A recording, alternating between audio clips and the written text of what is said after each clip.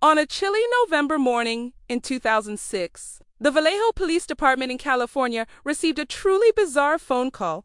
The woman on the line, Denise Huskins, sounded frantic. She claimed she had just been through a harrowing ordeal, abducted from her boyfriend Aaron Quinn's home 2 days earlier. She'd been held captive, subjected to terrifying threats, and then, just as suddenly, released on a street near her parents' home in Huntington Beach, hundreds of miles away. It was a story straight out of a thriller movie. Aaron Quinn had already reported the kidnapping, telling police a group of intruders in wetsuits had broken in, drugged them both, and taken Denise for a ransom of $8,500. His story was strange, filled with odd details that made investigators suspicious. But now, with Denise's reappearance, they had a second witness. Or so they thought. When detectives spoke with Denise, they found her story mirrored Aaron's. But her calm demeanor struck them as odd. She recounted being bound, blindfolded, and driven to an unknown location. She described her captors as a well-organized, almost professional group. But as the hours of questioning went on, the police became more and more skeptical. The details seemed too elaborate, too theatrical. Why such a small ransom? Why would they release her unharmed? The narrative felt rehearsed. The media frenzy was already in full swing, and public interest was intense. Then, the police made a stunning announcement. They declared the entire kidnapping a hoax. They publicly accused Denise and Aaron of fabricating the story, suggesting it was a stunt inspired by the popular movie Gone Girl. The couple was thrust into a storm of public ridicule. They were labeled liars, attention seekers, and wastes of police resources. The Gone Girl comparison stuck, and their reputations were shattered. They maintained their innocence, insisting their story was true, but no one believed them. Aaron was a physical therapist.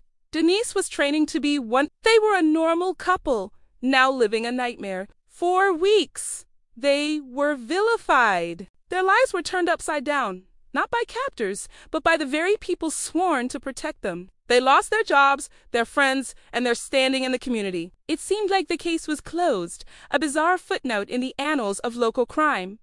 But this story was far from over. The truth was lurking in the shadows, and it was about to emerge in the most unexpected way possible. Months later, a seemingly unrelated home invasion case in Dublin, California, about an hour from Vallejo, produced a critical lead. The suspect in that crime was a man named Matthew Muller, a former Marine and Harvard-educated lawyer. During a search of his property, police found something that sent a chill down their spines: a laptop containing video files of him assaulting a woman. They also found a pair of blacked-out swimming goggles, just like the ones Denise described her captors using to blindfold her.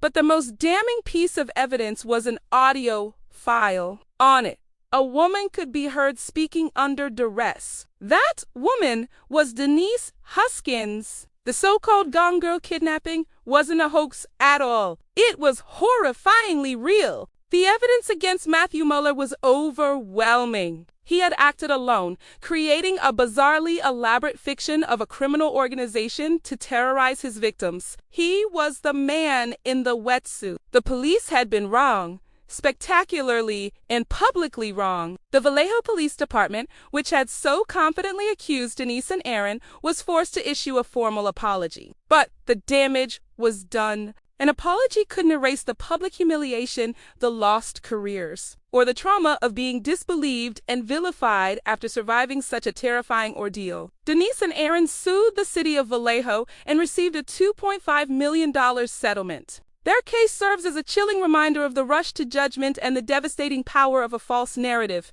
especially when it comes from those in authority. It's a story of survival, not just from a kidnapper, but from a system that failed them when they needed it most. Thank you for watching.